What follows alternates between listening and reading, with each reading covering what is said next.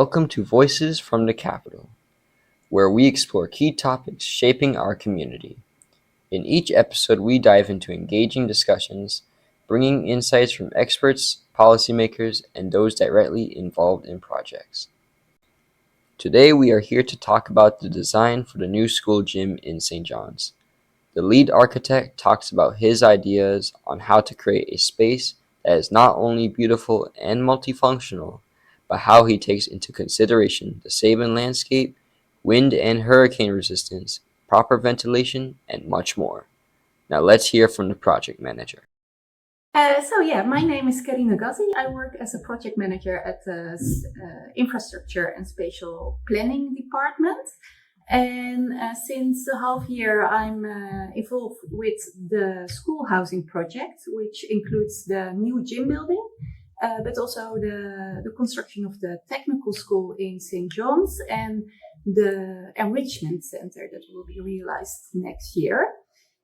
So this is a project that's already going on for years and years. And one of the main priorities in this whole school housing project is the gym. A couple of years ago, the entity involved the Architect Lyongo to make a master plan for the whole St. John's area, or the schools in the St. John's area. And from there on, we designed the gym. And Lyongo is well known here on Saba, has done different projects already. So he was the excellent candidate to design this new building. For this nice introduction, Carine. Indeed, I've been working on projects on Saba since 1997, so that's going to be close to 30 years now. I was a young architect then living in St. Martin, and I got an assignment. Actually, my at that time boss got the assignment for the Nardi House, it's the Green Flash House, which is up in Troy. And he said, well, this is a challenging project. You can do it. So I started with the project, and it was really, back then I used to make models. So I made a model, and, based on that, the client said, well, but the house is taking too much space. And I said, okay, then we have to make reduced house. So now I'm going to buy more land. And I did a guest house first, and that was my first project. And then I moved to the Netherlands, and then in 2000, she came back and said, yes, we are ready to build a house. And I said, yeah, but I live in the Netherlands now. And she said, no, but I still want you to do it. So that was an amazing opportunity for me as a young architect, because you stay a young architect until you're like mid-40s. You're still considered a young architect. So now I'm just starting, well, I'm maybe 55 now. But that gave me the possibility to do my first project here. And it was a size of a project that didn't, let's say, fit the Saban cottage style. And I was really concerned. I didn't want to be known as the architect that made the big monster up in the hill. So I tried to make a house, but it looks like a little village. And to prove that, actually, the mother of the owner, when she visited the project the first time, she said, which of these houses is yours? So that proves that I think we succeeded in creating a little village. To make a jump, we did a reconstruction of the captain's quarter in Windward Side. They are busy building 2 villas that we designed up in Mountain Road. So we are quite busy on Saba, and besides that, of course, the school. Carine mentioned the master plan. What we try to do is first to have an idea of the total project you want to do, so that even though you're only going to be building part of it, that you build it in the right spot. So what we normally do on the islands, and that's not specific for Saba, is that we have money for 2 classrooms, we build 2 classrooms, but we don't think about where do we position these classrooms for the future. So then 5 years along the road, you get some more money, and then the classrooms are in the wrong spot because you realize you cannot add another classroom. So that is what you try to prevent by making a master plan for the school. So we started with a master plan, and then we went into designing the gym, the technical school, and yesterday we just signed a contract to design the Enrichment Center, all part of that master plan. What is for us is very important is one is respect for the culture, trying to understand the culture and trying to understand the climate. And based on that, we design. So sustainability is not for us, not about putting solar panels on top of a building, but understanding the climate and working with the climate. And that means for this specific, for instance, location, if you go out of the gym, the existing gym now on the higher floor, you will basically be blown away because of the amount of wind. So not typical for a building of 2 or 3 layers. We had a wind study done because it's not actually not a building of 2 or 3 layers because you're on the top of a ridge. You are actually a building of 200 meters high. So kind of a skyscraper if you're looking at the wind. So we had a wind analysis done so to make sure that we position the buildings in such a way, and we know we have certain areas where we will have to make provisions to lower the wind down. So those are things that we do. We also wanted to include, if you see in this area, you have very little greenery, and that also has to do with the wind, because if there's a lot of wind, plants will not grow, they will blow away. So what we will do, we will create areas where there's less wind so that plants can grow, trees can grow, because we want students to be in touch with nature. So, because we strongly believe that a school is not just a container to get cognitive knowledge. It's a place where you have to, let's say, develop, grow into becoming an adult. And it's not only what happens in the classroom, but maybe even more what happens outside of the classroom. How do you interact with each other? How do you interact with the teachers? And also, a school building should be a community building. So it's more than just being a school from 7 to 2. No, after 2, there should be activities and it should be fun to be in school. I never liked going to school. So any school I design it in a way that I think, okay, when I was little, probably I would love to go to this place just because of the space that it has. If you go to the school now, you will see that there's a beautiful view. I mean, I don't know if you still see it because you live here, but there's a beautiful view from this level looking around. And that is what inspired us to create like a landscape of classrooms and with bridges in between. So, and that the classrooms can have the view. That's why we also have the galleries all around. So it's easy to put up or down hurricane shutters. It's easy for maintenance. And that, because what happens now, the hurricane shutters go up the 1st of June and they come down the 1st of December. And you cannot look outside. I think it's the task of a teacher to make the class interesting enough that students don't look outside. I spend most of my time in school looking outside. So, I think it's really nice to be in contact with nature. So that is one aspect that is very important, and being a community school, a community place. For instance, what we also did in the master plan is indicate, or we've designed ramps going up. So the school will be completely accessible for a wheelchair without having an elevator. Why we didn't put in an elevator? We can design an elevator. It's easy to design.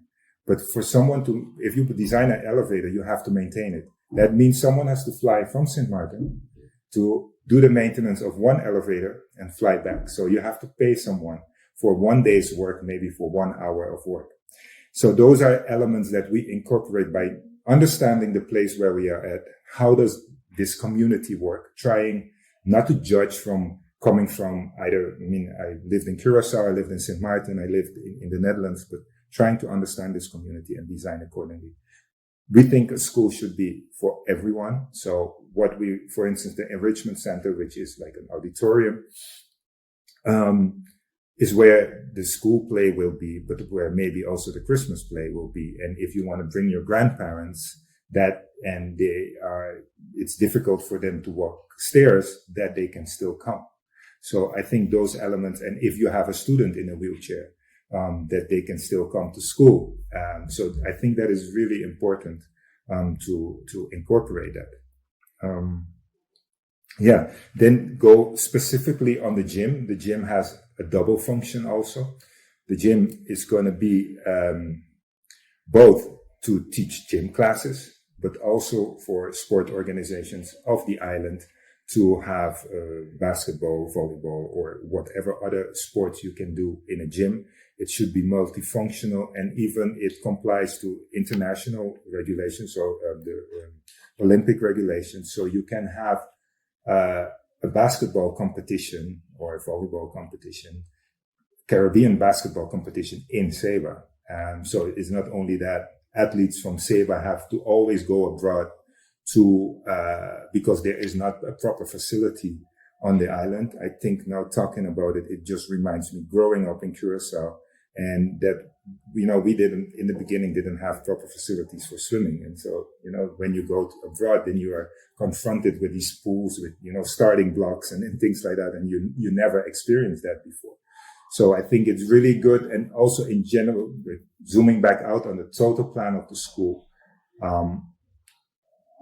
it's not because you're a small island, you cannot have great architecture.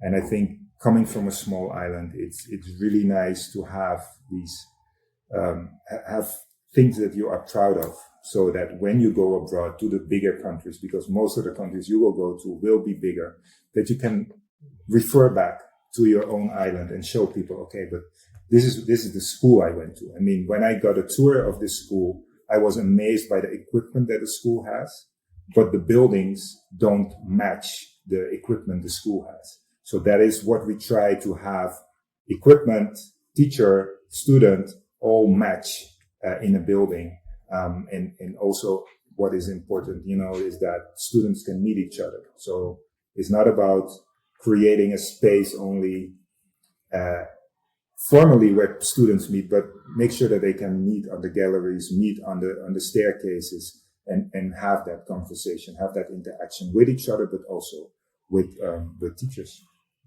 Yeah, and if I can add, I think it's also the gym is, the location of the gym is, of course, between the elementary school and the secondary school. And it's both schools are going to be connected with the gym and with each other. And the rooftop of the gym is also going to be used as a play area and a chill area, making it easier also for the students to meet each other, not only from the secondary school, but with each other, both all the ages of the kids, and hopefully also with the new gym. Main concern in the gym is, of course, the ventilation. Right now, it's too warm to have a nice have a gym class, or kids fall down and are sweating like crazy, and that's not a pleasant experience if you are having a sport lesson. And with the new gym and with the use of the natural elements here in St. John's, we're going to improve the ventilation and hopefully making it more enjoyable to sport in the gym, on top of the gym, in the gym, and become more healthy also, support a healthy lifestyle, support more activity, support better upbringing for the children. Yeah, it's talking about the wind, the ventilation, what we do. I was walking around the gym just now. And what you notice, I mean, it's quite simple if you think of it, but it's important to have openings on the human body level.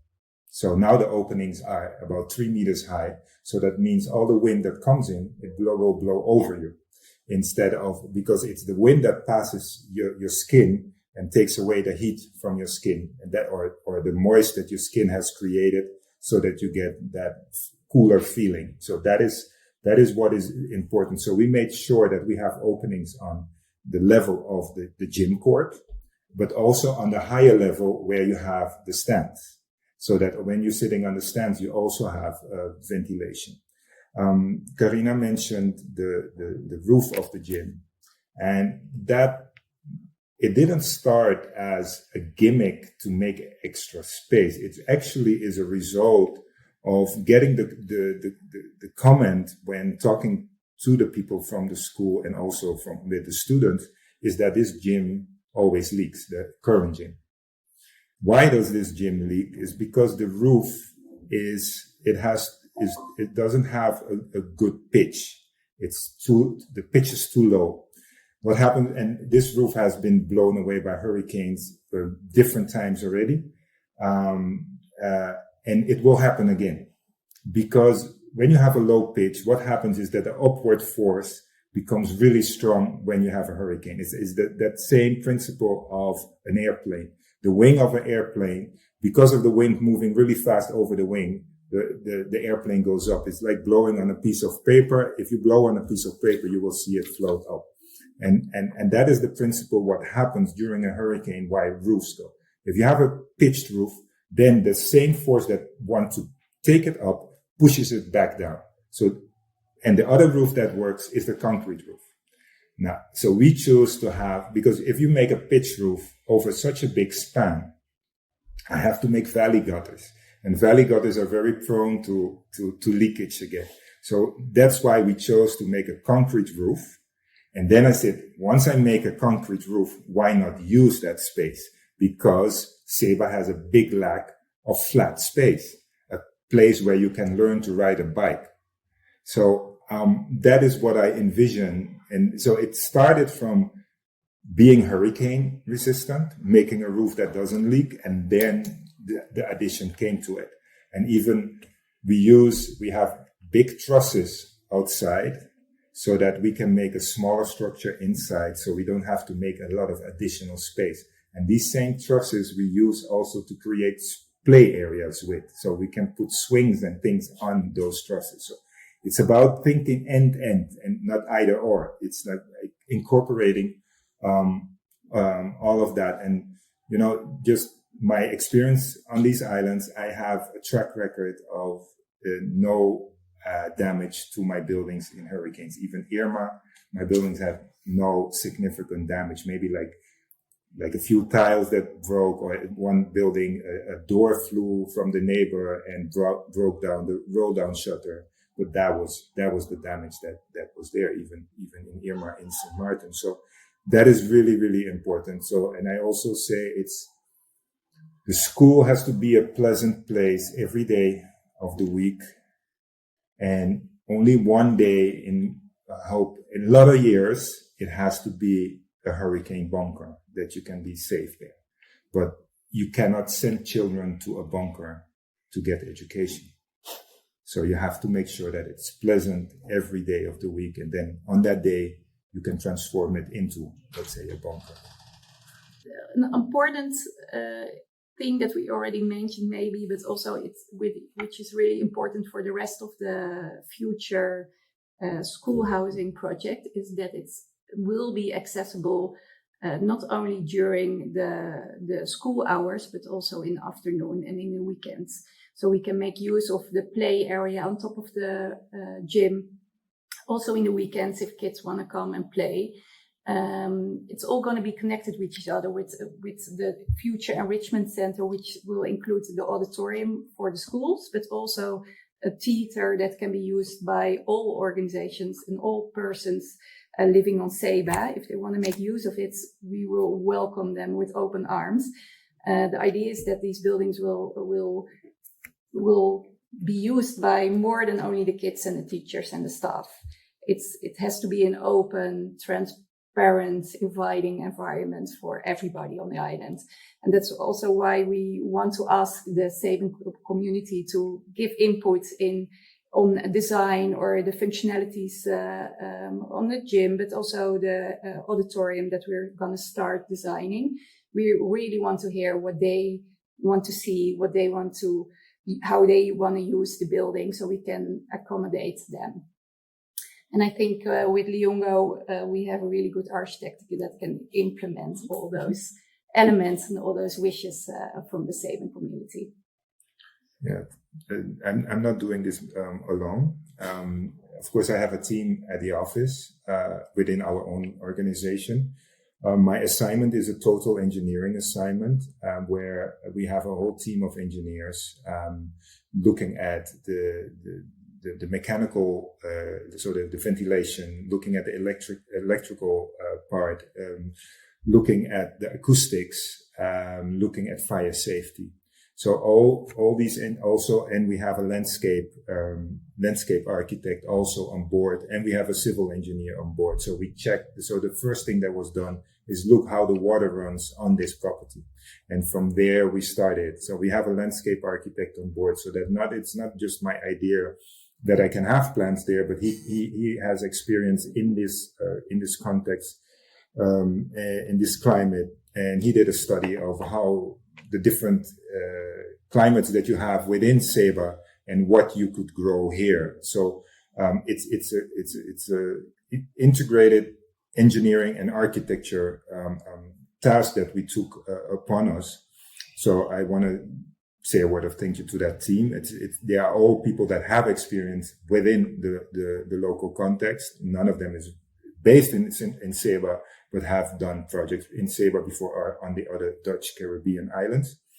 I want to thank the Saban government and then specifically Carine in this collaboration. I mean, it has been really pleasant working together and having such a professional client. I mean, that's really nice to have someone that knows her work and asks the right questions. It's very precise, but precise on the right things. Yeah, the school's ending, I hear. the interview too. No, I will repeat that. Yeah, so I will go fast before they start. No, but I think that is for an architect, it's really pleasant to have a professional client, to have a client that you can get a reaction from, get an idea from, that remember this or take this into account. So I want to thank you for that. And also I feel really honored, to get the opportunity to work for the Saban community. I must tell you, I give presentations about twice a month in Amsterdam also in other cities in the Netherlands. And the day there was the town hall meeting to present the master plan.